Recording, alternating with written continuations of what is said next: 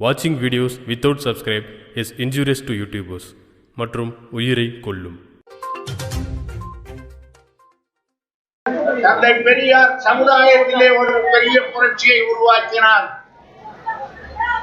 அதற்கு பிறகு ஒரு பெரிய சமுதாய புரட்சியை உருவாக்கியவர் டாக்டர் ஐயா தான். அன்றைக்கு டாக்டர் ஐயா நடப்பார், நாங்கள் இளைஞர்களாக ஓடுவோம். அவர் நடந்தார், நாங்கள் ஓடினோம். ஆனால் கிடைத்தது என்ன என்றால், இடஒதுக்கீடு என்று பெயருக்கு ஒன்று கிடைத்தது. ஆனால் கூட்டி பெருக்கி கணக்கு பார்த்தால் போராட்டம் நடத்திய வன்னியனுக்கு 3 அல்லது 4 இடங்கள் தான் கிடைத்தது. அதனால்தான் இந்த தேர்தல் வந்த போது மீண்டும் இடஒதுக்கீட்டு போராட்டத்தை கையில் எடுத்தோம். தனி ஒதுக்கீடு கொடி என்றோம். 20% தனி ஒதுக்கீட்டு தர வேண்டிய அந்த அரசாங்கம் அவ்வளவு தர முடியாது, 10.5% தான் தருவேன் என்று சொன்ன போது இருக்கட்டும் என்று வாங்கிக் கொண்டோம். ஏன் புரிகிறதா? 3 அல்லது 4 பேர் தான் நம்ம கிட்ட இருந்தவன் வந்தா. இன்னைக்கு 11 பேர் வருவான். 100 பேர் ஒரு இடத்துக்கு போறான்டான்னா இன்னைக்கு 11 பிடிஓ, 11 கலெக்டர், 11 செயலாளர் வருவாங்க. இது இன்னும் அதிகமாகுமே தவிர குறையுமா? குறையாது. அதுக்கு உங்ககிட்ட இன்னும் கொஞ்சம் வேகம் வரணும். கொஞ்சம் வேகமா செயல்படணும். நான் அதை சொல்ல வந்தா என் தம்பி சொல்றார், நாங்க கல்லிட்டு அடிச்சோம், நாங்க பச்சை உடைச்சோம், நாமள உடைச்சோம். அதெல்லாம் நான் ஒத்துக்கிறது இல்லை. என்னை நிறுத்தி காட்டா, நீ கல்லிட்டு அடிச்சாங்க, நானே அடிக்கிறான்னு. இந்த ஓட்ட பஸ் போற வேகத்துல அந்த கல்லு தானா பார்த்துக்கிறான்னு. கொளுத்துனியா மரத்து பச்சை கொளுத்துனியான்னா அதெல்லாம் ஒண்ணும் கொளுத்துல. 24 மணி நேரம் ஏறி மெட்ராஸ் வரையில போயிட்டு வந்தவன் பூரா என்ன நினைச்சிட்டு இறங்குறான்? அரசு பஸ்ல ஏறினவன் 24 மணி நேரம் போனவன் இல்ல மெட்ராஸ் வரையில போனவன் என்ன நினைக்கிறான்? இது சொகுசு பஸ், இந்த மாதிரி பஸ் தான் நமக்கு தேவை நினைக்கிறான். இந்த ஓட்ட உடைச்சல் பஸ்ஸை எப்படா கொளுத்துலாம்னு நினைக்கிறான். அப்படி நினைச்சவன் யாரோ கொடுத்துட்டான் போங்கடான்னு. அது என்ன கோர்ட்ல நிறுத்தி விட்டான் கொண்டு போய். அங்க கேட்டான், என்னையா பச்சை கொளுத்துறீங்க, மரத்தை பெற்றீங்க, எல்லாம் செய்றீங்க, இதெல்லாம் சமூக அநீதி இல்லையான்னா? சமூக நீதியான்னு. எப்படி இதை இப்படி சொல்ற அப்படின்னா, பாரதத்துல சொல்லியிருக்கு, ராமாயணத்துல சொல்லியிருக்கு, பாரதத்துல சொல்லியிருக்கு, ராமாயணத்துல சொல்லியிருக்கு. ஒரு குரங்கு தனக்கு மரியாதை கொடுக்கலங்கிறதுக்காக இலங்கை மாநகரத்தையே அழிச்சிடு. ஒரு குரங்கு தனக்கு மரியாதை கொடுக்கலங்கிறதுக்காக அடடா ராவண பதறேன்னு சொல்லிட்டு அப்படியே ஒரு ஆசனத்தை அமைச்சு அது மேலே ஏறி உட்கார்ந்தது. அது வாழல தீ வச்சான், அது தாவி போச்சு. இலங்கை நாடே அழிஞ்சது. அழிஞ்சா இல்லையா? ஒரு குரங்கு. பத்தினி தெய்வங்கிற கண்ணகி அவன் கணவனை கல்வன்னு சொல்லி கொன்னுட்டான். அந்த பாண்டிய மன்னன் மத்தியில போய் நின்னாவி, என் கணவன் கல்வன் அல்லன்னு சொல்லி நிரூபிச்சா. நிரூபிச்சுட்டு அநீதி இழைத்த மதுரை மாநகரை ஒழிந்து போகன்னு தன்னுடைய மார்பகத்தை கிள்ளி எரிஞ்சா, மதுரையே எரிஞ்சு தந்தான். அப்ப ஒரு பொண்ணு தனக்கு அநீதி இழைஞ்சதுக்காக மாநகரத்தை எரிக்கலாம். ஒரு குரங்கு தனக்கு மரியாதை கிடைக்கலங்கிறதுக்காக ஒரு நாட்டையே எரிக்கலாம். ஏண்டா இவ்வளவு நாள் எங்க மக்களுக்கு வேலை வாய்ப்பு கிடைக்கல, படிக்க முடியலன்னு சொல்லி நாங்க ஒரு ஓட்ட பஸ்ஸை எரிஞ்சா எங்க மேல கேட்டா போறோம். கற்புக்கரசி கண்ணகி தெய்வம்னு சொல்லி கோயில் கட்டி கும்பிடுறது மாதிரி, ஆஞ்சநேயருக்கு வடமாலை சாத்தி அனுமார் கோயில் கும்பிடுறது மாதிரி எங்க வன்னிய ஒவ்வொருத்தருக்கும் கோயில் கட்டி கும்பிட்டுட்டான். என்ன ரொம்ப பேசுறான்னு பார்த்துதான் அவன் எல்லா கையும் தள்ளிட்டு வந்து கடைசியில போட்டு தொலைச்சான் குண்டர் சட்டம்னு. குண்டர் சட்டத்துல போட்டதுக்கு பிறகுதான் ஒரு உண்மை தெரியுது. ஒவ்வொரு இளைஞனும் ஆயுள்ல ஒரு குறிப்பிட்ட காலம் சிறைச்சாலைக்கு போயே தீரணும். அங்கதான் சில உண்மை தெரியுது. எவ்வளவு பெரிய தத்துவ மேதையெல்லாம் அங்க இருக்கான், எவ்வளவு பெரிய தத்துவ மேதையெல்லாம் இருக்கான். எப்படா இவ்வளவு பெரிய கம்பிய வளைச்சா அதை வளைச்சு காட்டான் முன்னாடி அங்க இருக்கான். அவனெல்லாம் பார்த்ததுக்கு பிறகு இந்த சிறைச்சாலைக்கு போனதை பத்தி நான் கவலைப்படவே இல்லை. எல்லாரும் அழுதாங்க, நான் கவலைப்படவே இல்லை. இன்னும் ஒரு வாய்ப்பு கிடைத்தால் இதே சிவாதிரி ஒரு சிறைச்சாலையில இன்னும் ஒரு வாய்ப்பு கிடைத்தால் ஒரு ரவுண்ட் வரலாம்னு நினைச்சேன். என்ன கடன்காரன் நெருங்க முடியாத இடம் என்ன கடன்காரன் நெருங்க முடியாத இடம் எது? இங்க இருந்தா எங்க இருந்தாலும் புடிச்சுக்குவான். டீ கடையில பதுங்கிட்டு நின்று டீ குடிச்சான்னா அவனை புடிச்சுக்குவான். இவன் தெரிஞ்சவங்க வீட்டுல போய் நின்னாலும் அங்க போய் புடிச்சுக்குவான். ஆனா ஜெயிலுக்கு கூட்டம்னா வருவானா? நான் ஒரு 5000 ரூபாய் கடை வாங்கின ஒருத்தவங்க, அவன் என்ன விடமாட்டான் தான். சாயந்தரம் வாடான்னா 5 மணிக்கெல்லாம் வந்துருவான், காலையில வாடான்னா 6 மணிக்கெல்லாம் வந்துருவான். அவன் அப்படி வரலன்னாலும் இந்த போதை கேட்கவ மாதிரி இருக்கிறவங்க சொல்லி விட்டுருவாங்க, இப்பதான் இருக்கான் புரியுங்க. இந்த மாதிரி புடிச்சுக்கிட்டு இந்த மாதிரி இருக்கிற நிலையில ஒரு நாள் என்ன பண்ணா, போலீஸ்காரன் தான் உங்களை ஜெயிலுக்கு கூப்பிடுறோம்னு சொல்லி அழைச்சிட்டு போனான். அழைச்சிட்டு போய் குண்டச்சாட்டத்துல போட்டான். நான் மதுரை ஜெயில இருந்தேன். எவ்வளவு ஆனந்தம் தெரியுங்களா? கடன்காரன் வரவே மாட்டான். ரொம்ப திருப்தி எனக்கு. கடன்காரனே நெருங்க முடியாத இடம் தான் ஜெயில். இது எப்படிப்பட்ட இடம் அப்படின்னு நான் நினைச்சுட்டு இருக்கும் போது ஒரு 3 மாசம் கழிச்சு கடன் கொடுத்தானே அவன் வரான்னு பைய குட்டி, என்னடா இங்கேயும் வந்துட்டான் சனியான்னு நான் நினைச்சுக்கிட்டு இருந்தா, அவன் என்ன சொல்றான், தம்பி கவலைப்படாதீங்க, உடம்ப பத்திரமா பார்த்துக்கிட்டு பத்திரமா வெளியில வந்து. என்ன அக்கறை அவனுக்கு? நான் பத்திரமா வந்ததானே அவன் பணம் கிடைக்கும். அதுக்கெல்லாம் அந்த மாதிரி செய்வேன்.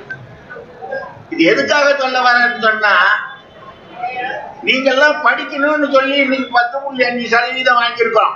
20% வாங்கணும். இத 10.5% வாங்குறோம். இத கொடுத்த மகாராஜா என்ன சொன்னா, இப்ப நீங்க 10.5% வாங்கிக்க, அப்புறம் 20% கொடுத்துடுறோம்னா. இப்ப ஆட்சி வேற மாறி போச்சு. இப்ப அந்த 10.5% அப்படியே வச்சிருப்பானான்னு சந்தேகம் வந்தது. ஆனா அந்த முதல்வரா இருக்கிற மு.க. ஸ்டாலின் மு.க.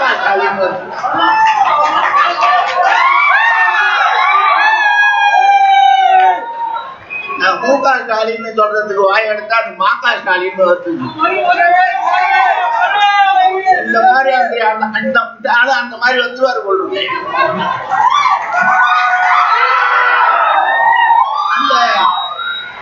அந்த மு.க. ஸ்டாலின் எந்த தவறும் செய்யாம அதை ஒத்துக்கிட்டார். 10.5% இடஒதுக்கீடு வன்னியர்களுக்கு உண்டு. இப்ப எந்த பதவி காலியா இருந்தாலும் இப்ப எத்தனை இடம் உண்டு நமக்கு? 10 இடமா? 10 இடம் உண்டு கொடுக்க முடியும். 11 இடம் உண்டு. 11 இடம் உண்டுன்னா நம்மால எல்லா இடத்துலயும் 11 பேர் வந்துட்டான்னா அடுத்தது 20, 25 போயிடுறான். போவானா போக மாட்டானா? அதுக்கு சோம்பல் இல்லாம நம்ம இளைஞர்கள் இருக்கணும். நம்ம இளைஞர்கள் சோம்பல் அடைஞ்சுடுறான். அன்னைக்கு நாங்க டாக்டர் கையை பிடிச்சிட்டு ஓடின போது எங்களுக்கு 30 வயசு 38 வயசு, இன்னைக்கு 70 வயசு. நான் ஓடுனால என் உடம்பு ஒத்துழைக்க மாட்டேங்குது. நடந்து வரும்போதே 2 பேர் புடிச்சிட்டு வரான். இப்படிப்பட்ட ஒரு நிலையில, ஓடக்கூடிய நிலையில இருக்கிற என்னுடைய தம்பிகளே, என்னுடைய பிள்ளைகளே, என்னுடைய பேர பிள்ளைகளே அப்படின்னு நான் பாக்குறேன். நம்ம பேர பிள்ளைகள் பூரா பஸ் ஸ்டாண்ட்ல வந்து நிக்கிறான். போராடணும்னு தான் நினைக்கிறோம். ஆனா போராட்டத்துல வெற்றி பெற முடியுமா? போலீஸ்காரன் உருவானான்னு கேட்கிறான். இப்படி நினைச்சா முடியுமா? முடியுமா? நம்ம வீட்டு நிலம் பாழா போய் கிடக்குது. நம்ம விளைச்சல் இல்ல, வருமானம் இல்ல, நமக்கும் வேலை இல்ல. நம்மால வேலைக்கு போறான்னு போறான் மெட்ராஸுக்கு. ஏதோ ஒரு ராதாகிருஷ்ணன் தொழிலதிபர் ஆயிட்டாரே தவிர, பியூ படிச்சுட்டு அந்த சென்னைக்கு போறவெல்லாம் எம்மா சம்பளம் வாங்குறான். எம்மா சம்பளம் வாங்குறான் 10,000 ரூபாய், 12,000 ரூபாய், 15,000 ரூபாய். அவன் கொஞ்ச நாள் இருந்து பாக்குறான். ரூம் வாடகையே 4,000, சாப்பாட்டு செலவு 6,000. அப்புறம் படம் பார்க்க எல்லாம் பார்த்தா பணத்துக்கு மேல 10ல. அவங்க அம்மாவுக்கு லெட்டர் எழுதுறான் ரகசியமா, அப்பாவுக்கு தெரியாத கொஞ்சம் பணம் அனுப்பணும். இப்படி படித்தவனுக்கு கூட வேலை இல்லாத ஒரு சூழ்நிலை இருக்குமானால் இந்த சமுதாயம் எப்படி முன்னேறுவது? அதுக்காக தான் நான் சொல்றது. இப்ப இவங்க எல்லாம் சொன்னாங்க, அவங்கிட்ட கோரிக்கை வைப்போம், இவங்கிட்ட கோரிக்கை வைப்போம். ஒரு சத்திரியம் போய் கோரிக்கை வைக்கலாமா? கெஞ்சலாமா? கெஞ்சலாமா? 20% கொடு, 20% கொடு, கெஞ்சலாமா? நாமளே எடுத்துக்கிட்டு ஏன் டெக்ளேர் பண்ணோம், எங்களுக்கு தான் இந்த இடம் பூரா அப்படி சொல்ற துணிச்சல் வேணும். அந்த துணிச்சல் வேணும்னா நீ டாஸ்மாக் பக்கம் போவாத. காலையில 6 மணிக்கு முன்னாடி அந்த கடையில இருக்கிற சிப்பந்தி கடையை திறக்கிறதுக்கு முன்னாடி போய் கதவு ஓரத்துல நிக்கிறான் நம்மாலு. ஏண்டான்னா இன்னைக்கு ஒரு பார்ட்டி. என்னடா பார்ட்டினா பர்த்டே பார்ட்டி. அப்புறம் என்னடா பார்ட்டினா வளையணி விழா பார்ட்டி. எந்த பார்ட்டியா இருந்தாலும் பாட்டு தான். பாட்டுல உடைச்சிட்டு இவன் மல்லாண்டுகிட்டு இருக்கும் போது இவன் மேல ஏறி நின்று அவன் போடுறான். இந்த சத்திய பிரமாணத்தை இந்த வீர வணக்க நாளிலே இந்த தியாகிகளின் பெயராலே எடுத்துக்கொள்ள வேண்டும். இந்த 21 பேர் மட்டும் இறந்தவர்கள் இல்லை. அந்த செப்டம்பர் 17ஆம் தேதி இறந்தவர்கள் இந்த 21 பேர். அதன் பிறகு தொடர்ச்சியாக இறந்தவர்களுடைய எண்ணிக்கையை எடுத்தால் 25. அதன் பிறகு அப்புறம் இறந்தவன் போராட்டங்கள்ல, பல போராட்டங்கள்ல இறந்தவன் கணக்கு எடுத்தா 37 பேர் ஆகும். இப்படி போராட்டம்னு சொல்ல துப்பாக்கி குண்டுக்கு இறையாகிற ஒரு நிலைமையை மாற்றணும்னு சொன்னா எவ்வளவு வேகமாக, எவ்வளவு துணிச்சலாக இந்த வன்னிய பேரிடம் இருக்க வேண்டும், எப்படி இருக்கணும். ஆனா நம்மால் இருக்க மாட்டேங்கிறானே. ஆமா, என்ன பண்றோம்? இப்ப ரொம்ப பேரை பாக்குறான். இங்க உட்கார்ந்து இருக்கிறவன்ல எத்தனை பேரு காதுல செவுட்டு மிஷினை வச்சுட்டு உட்கார்ந்துருக்காங்க நான் பாக்குறேன். ஆனா எத்தனை தூரத்துக்கு ஒருத்தனையும் காணும். இல்லாட்டா எங்கேயாவது கூட்டம் நடந்ததுன்னா ஒரு மிஷின் ஒன்னத்துக்கு காதுல சொல்லிக்கிட்டு அவன் பாட்டுக்க டிக்கெட்டாக்கு ஆடுறாங்க. இப்படி ஆடுனா நாம விடிய முடியுமா? அதனால இன்னைக்கு நீங்க எடுக்கிற உறுதிமொழி என்னவாக இருக்க வேண்டும்? இந்த நாட்டை நாங்கள் ஆள்வோம், இந்த அரசாங்கத்தை கைப்பற்றுவோம், அனைவருக்கும் வேலை வாய்ப்பு கிடைத்ததை செய்வோம், எல்லோரும் வருமானம் வரக்கூடியவனாக வாழ்வோம். அப்படி ஒரு உறுதிமொழி எடுக்கணும். அப்படி எடுக்காம வாழ்க வாழ்கன்னு சொல்லிட்டு போனா எனக்கு அவ்வளவு பிடிக்கல. என்ன, எனக்கு 70 வயசு ஆயிடுது, இன்னும் எவ்வளவு காலத்துக்கு ஓடு வண்டின்னு தெரியல. எங்க முன்னாடி ஒரு வீரனை பார்க்க வேண்டாமா? இங்க ஸ்டாலினை நிறுத்தி அவர் கையில ஒரு கத்திய கொடுத்தீங்க, அவருக்கு நல்ல ஒரு புல்லாவை போட்டுங்க, அது பொருத்தமா தான் இருக்கு. ஆனா அந்த குல்லாவையும் வாளையும் கண்டுபிடிச்சிய அதை எடுத்து வீசக்கூடிய அளவுக்கு உனக்கு வீரம் இருக்கிறதா? அந்த வீரம் இருந்தால் அந்த வீரத்துக்குரியவனாக நீ நடந்து காட்டு. அப்படி நடக்கணும்னா நீ குடிகாரனா இல்லாம இருக்கணும், குடிகாரனா இல்லாம இருக்கணும். அதுக்கு முன்னாடி கொடுப்படுத்த வன்னியம் பூரா வாழாம போனதுக்கு என்ன காரணம் தெரியுமா? என்ன காரணம் தெரியுமா? நம்ம வன்னிய மற்ற இடத்துல இருந்தவெல்லாம் பெரிய பெரிய கோடீஸ்வரன் ஜமீன்தார்களா வாழ்ந்த போது நம்ம ஜமீன்தார்கள் பூரா ஊரை இடிச்சு போட்டு கிடக்குறாங்க. என்ன காரணம் தெரியுமா? என்ன காரணம் தெரியுமா? ஒவ்வொருத்தவனும் 2 பொண்டாட்டி கட்டிக்கிட்டான். ஒரு மனைவியோடு வாழல, 2 பொண்டாட்டி கட்டிக்கிட்டான். 2 பொண்டாட்டி கட்டி இருக்கிறாரு. எங்க போனாருன்னு பார்த்தா கடத்தருக்கு போனவர் திரும்பி வரலையேன்னு பார்த்தா அங்க ஒண்ண வச்சிருக்காங்க. இப்படி தனி ஒழுக்கம் இல்லாததுனாலே தரிகட்டு போன இந்த சமுதாயம் தலை நிமிர்ந்து வாழ வேண்டும். அதற்கு தனி ஒழுக்கத்திலே ஒவ்வொருவரும் சிறந்து நிற்க வேண்டும் என்று உங்களை எல்லாம் கேட்டுக்கொள்கிறேன். என் பேர பிள்ளைகளே, உங்களை நான் கேட்டுக்கொள்வது, என்றைக்கு எனக்கு முடிவு வருமோ என்னவோ தெரியாது. என்ன ஏமா என்கிட்ட வர முடியும்? வர முடியும். நான் தூங்கின நேரத்துல வந்தாதான், மூச்சுக்கிட்டு இருக்கிற நேரத்துல வர முடியாது. அப்படி தூக்கத்துல வந்து அவன் கொண்டு போனான்னா அன்னைக்கு யார் எனக்கு மாலை போடணும்னா நம்ம வன்னிய இனத்தை சேர்ந்த ஒரு முதலமைச்சர் மாலை போட வேண்டும்.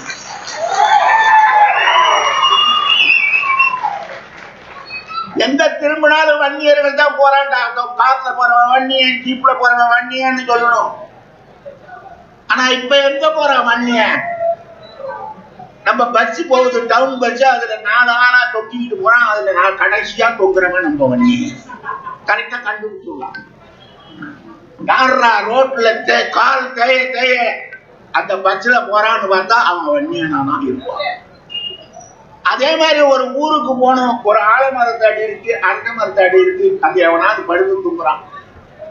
அவனை நாம எழுப்பி கேட்க வேண்டாம், அவனை அப்படியே எழுப்பலாம். அந்த நேரத்துல படுத்து தூங்குறவன் நீ தாண்டா அசல் வன்னிய எழுந்துடுறாங்க. எல்லாரும் வேலைக்கு போவான், இவன் படுத்து தூங்குவான். இந்த சோம்பலை விடு, சுறுசுறுப்பானவனாக மாறு, வீரமாக வாழ். அதுக்கு வாழும் வகையை கற்றுக்கொள். வருமானத்தோட வாழணும், இல்லன்னா பெத்த தாய் மதிக்காது. வருமானத்தோட வாழணும், இல்லன்னா பெத்த தாய் மதிக்காது. வருமானமே இல்லாம நீ வீட்டுக்கு போய ஒரு 3 நாளைக்கு சிரிச்ச முகத்தோட சோறு போடுற அம்மா, அடுத்த நாள் என் மணிவயிறு பெற்றெடுத்த மாணிக்கமே தங்கமே வா சாப்பிடு அப்படியா சொல்லும்? என்ன சொல்லும்? எங்கடா போய் தொலைஞ்ச தண்டைச்சோறு, கொஞ்சம் முன்னாடியே வந்து கொட்டிக்கிட்டு போக கூடாதா? அந்த தண்டைச்சோறுலாம் யாரு? எம்ஏ படிச்ச தண்டைச்சோறு, பிஏ படிச்ச தண்டைச்சோறு, பிஇ படிச்ச தண்டைச்சோறு. பிஇ படிச்ச தண்டைச்சோறு தான் நிறைய இருக்குது. அவர் சொல்றார் பிஇ படிச்ச தண்டைச்சோறு. அப்ப இந்த தண்டைச்சோறா வாழணும் வேணாம? அப்படியா வாழணும்? அப்படியா வாழணும்? வைராக்கியம் உள்ளவனாக வாழ வேண்டும். இந்த வரலாற்றை மாற்றி எழுத வேண்டும். புதியதோர் தமிழகம் காண்போம் என்ன நம்முடைய டாக்டர் அன்புமணி சொன்னாரே, அந்த தமிழகத்தை காண வேண்டும். அப்படி காண வேண்டுமானால் நீங்கள் எல்லாம் மாவீரர்களாக உருவாக வேண்டும். சோம்பலே இருக்கக்கூடாது. எங்க பார்த்தாலும் நம்ம ஆள் என்ன பண்ணுறாங்க, இந்த தஞ்சாவூர்ல இந்த மாதிரி ஒரு சோதனை பண்ணி ஒரு நிகழ்ச்சியை பண்ணி விட்டுறாங்க. எங்க பார்த்தாலும் ஸ்டாலின் பண்ணதை பாத்தீங்களா அப்படின்னு பேச வச்சுடுறாரு. இந்த நிகழ்ச்சியை கூட பாருங்களேன், எவ்வளவு பெரிய படத்தை போட்டு எப்படி போட்டு பிரம்மாண்டமா ஒரு கொடியை கட்டி எல்லாத்தையும் பண்ணிட்டார் ஸ்டாலின். இத ஸ்டாலின் தனித்திறமைன்னு சொல்ற அதே நேரத்துல இது மாதிரி எல்லாம் செய்கிற நம்ம ஆளுங்க ஏன் ஒழுங்கா வருமானத்துக்குரியவதை பார்க்க மாட்டேங்கிறாங்க. ஊரெல்லாம் ஒன்று சேர வேண்டும். அரசாங்கங்கள் நம்மை ஒன்றும் செய்ய முடியாத, அரசாங்கம் நமக்கு ஒண்ணுமே செய்யாது. நீ ஊரெல்லாம் ஒன்று திரணும். அந்த ஒன்று திரண்டு ஒற்றுமையை காட்டி வாழ்வதற்கேற்ற வழிவகையை நீங்கள் கண்டுபிடிக்க வேண்டும் என்று நான் உங்களை கேட்டுக்கொண்டு, இந்த வீர வணக்க நாளிலே இந்த தியாகிகளுக்கெல்லாம் என்னுடைய வீர வணக்கத்தை தெரிவித்து, இந்த இளைஞர்கள் அத்துணை பேரும் இனி ஒருபோதும் நாங்கள் காவல்துறையினுடைய அச்சுறுத்தலுக்கோ வேறு விவகாரங்களிலோ ஈடுபட்டு எங்களை மாய்த்துக் கொள்ள மாட்டோம் என்ற உறுதியை எடுத்துக் கொள்ள வேண்டும். இந்த கட்சி, இந்த சமுதாயத்தினுடைய சொத்துக்களே இந்த இளைஞர்கள் தான். எனவே உங்கள் உயிர் முக்கியம், உங்களை காத்துக்கொள்ள வேண்டும் என்று கேட்டுக்கொண்டு, இந்த சாதனை புரிந்த இந்த தோழர்களுக்கெல்லாம் என்னுடைய நன்றியை கூறி விடைபெறுகிறேன். வணக்கம்.